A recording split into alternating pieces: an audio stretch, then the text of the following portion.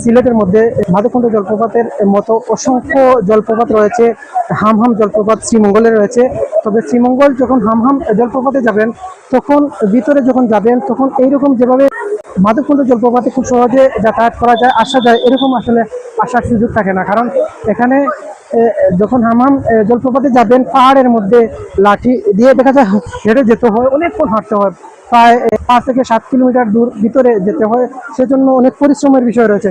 এখান থেকে চতুর্দিক যাতে তুলে ধরা যায়, এবং আসলে এই জায়গাটি থেকে এত বেশি প্রশস্ত না যে অনেক, যখন ঈদের সময় মানুষ আসেন হয়তো মানুষের গ্যাদারিং একটা মার্কেটের মতো বা বাজারের মতো গ্যাদারিং থাকতে পারে বা হয়ে থাকে। সেজন্য হয়তো মানুষ থাকলে একদিকে সুবিধা রয়েছে এবং অসুবিধা রয়েছে।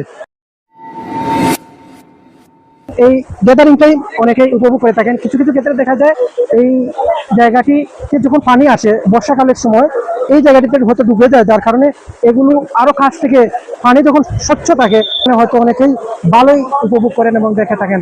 আপনারা দেখতে পাচ্ছেন হয়তো আমরা যে ভিডিও রেকর্ড করছি, ক্যামেরা আসছে, যদি ভুল ত্রুটি হয় তোমার দৃষ্টিতে দেখবেন। মাধবকুণ্ড জলপ্রপাতের চতুর্দিক লাইভ করার চেষ্টা করছিলাম, কিন্তু এখানে নেটওয়ার্ক না থাকার কারণে হয়তো লাইভ তুলে ধরা হয় নাই।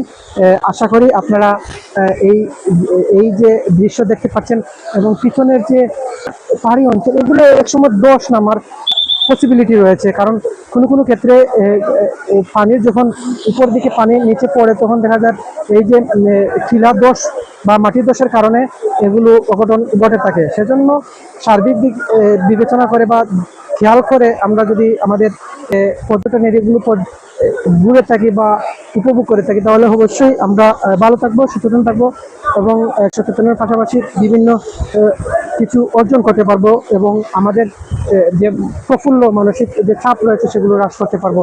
পরিবার নিয়ে অনেকেই আসছেন, দেখছেন, এবং যারা বিভিন্ন বিভাগ থেকে আসছেন আমাদের সিলেটে আসার আমন্ত্রণ রইল, সেই প্রত্যাশা নিয়ে বিদায় নেওয়ার চেষ্টা করছি।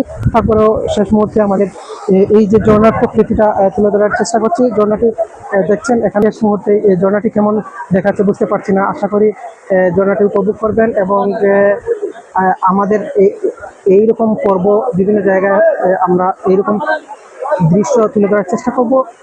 আমাদের সিলেট বিভাগের যতটি জায়গা রয়েছে, পর্যটন এরিয়া রয়েছে, ধীরে ধীরে সেগুলো সম্পন্ন করবে, এবং পরবর্তী সময়ে অন্যান্য বিভাগ এবং ভবিষ্যতে আমরা অন্যান্য বিভিন্ন এশিয়া মহাদেশের যে দেশগুলো রয়েছে সেগুলো হয়তো ভিজিট করে আপনাদের সামনে, ভ্রমণ করে আপনাদের সামনে তুলে ধরার চেষ্টা করব।